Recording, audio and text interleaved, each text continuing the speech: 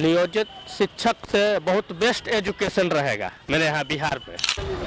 बच्चों को तो कोई फायदा नहीं हो रहा। बिल्कुल आना चाहिए। जो सेशन लेट चलता है उस सेशन को तो जल्दी करना चाहिए। फायदा तो कुछ नहीं हुआ।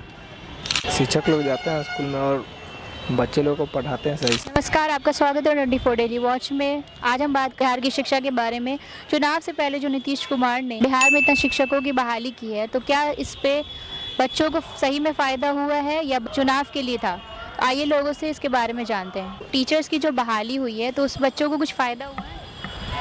हाँ, उसमें तो बच्चों का फ़ायदा हुआ। उसमें तो जितना भी बीपीएससी टीचर अभी तक जो बहाल हुए हैं, उसमें अभी जो बच्चे का मेरे यहाँ जो पढ़ाई होगा स्कूल का, अभी जो सचिव साहब के पाठक द्वारा जो अभी नियम कानून लागू किया गया है, अभी जो time to time BPSC teacher जो जा रहे हैं, नियोजित शिक्षक से बहुत बेस्ट एजुकेशन रहेगा मेरे यहाँ बिहार में, ठीक है ना।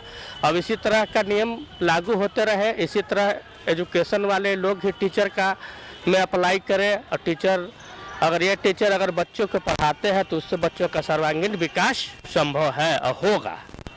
अगर अभी भी बिहार में बच्चे कितने अनएजुकेटेड हैं, उनको पढ़ाई नहीं मिल पा रही, तो इतने टीचर्स रखने का कोई फ़ायदा?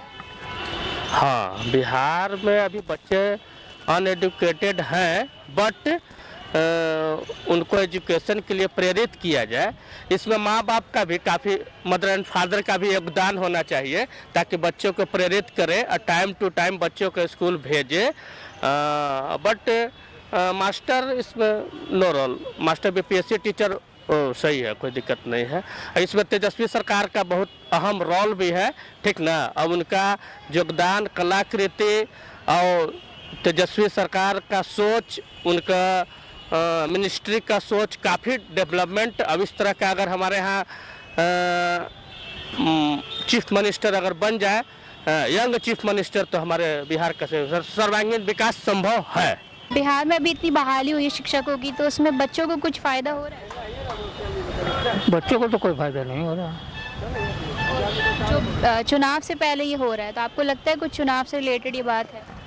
चुनाव से रिलेटेड है, चुनाव से रिलेटेड है। आप कुछ शिक्षा विभाग में बदलाव चाहते हैं?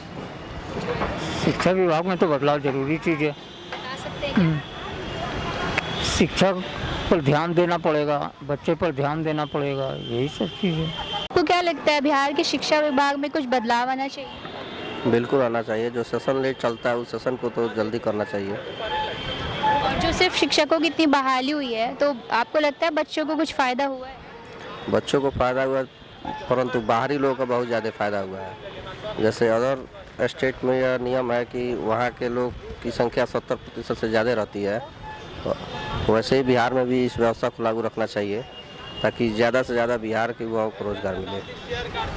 और भी प्रोफेशंस हैं, मगर बार बार शिक्षकों पे इतना, मतलब टीचर्स को इतना क्यों बढ़ावा दिया?